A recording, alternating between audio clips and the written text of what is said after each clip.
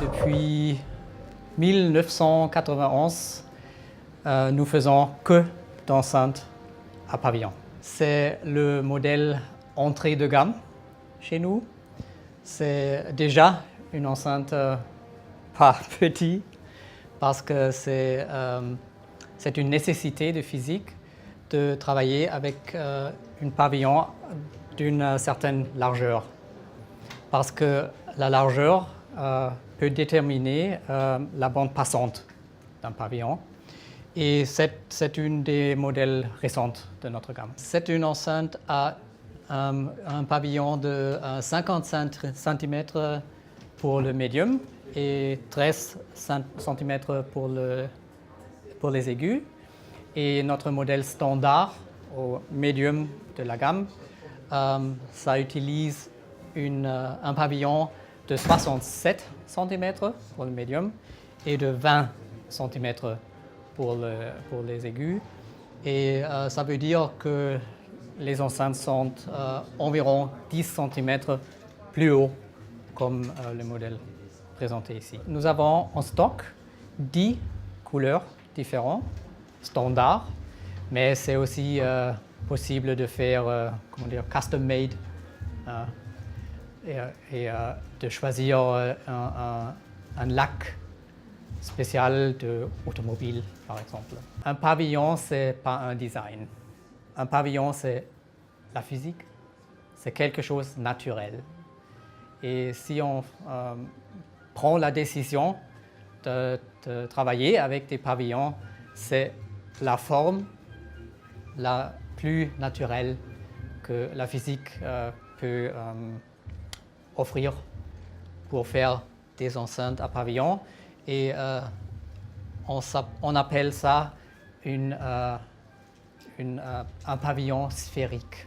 Tout simplement, on peut expliquer par utiliser le mouvement de la membrane.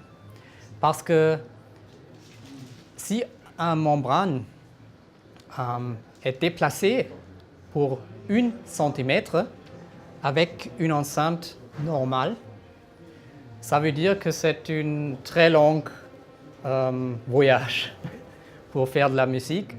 Et le plus long le voyage, le plus on perd des détails. Parce que ça prend du temps pour faire le voyage.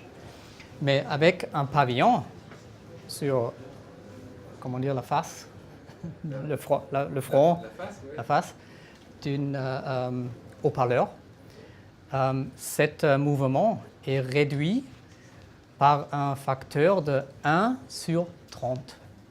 Ça veut dire, pour le même niveau du son, une membrane avec un pavillon a seulement un voyage de 0,3 mm. Et c'est très facile à comprendre.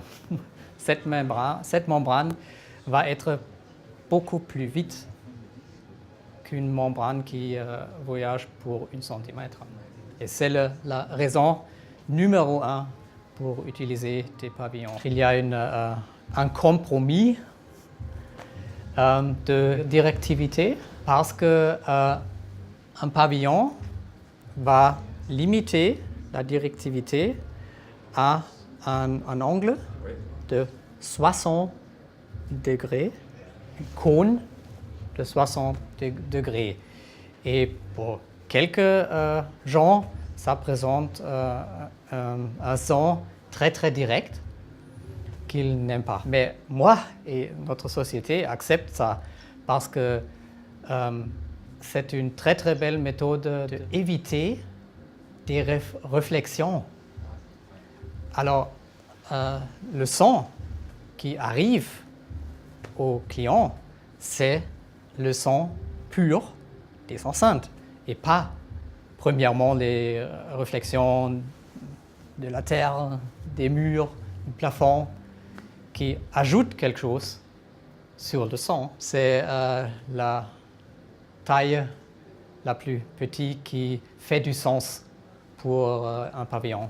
Parce que cette largeur veut dire que la bande passante commence à 300 Hz et continue à 3 kHz.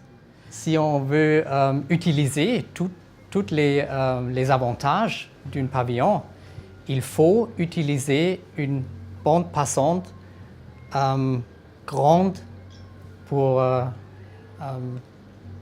avoir ces avantages. Je suis très content avec les réactions. Parfois, c'est un peu difficile pour moi de comprendre, mais je vois la face et je crois que beaucoup de gens sont très contents avec notre démonstration.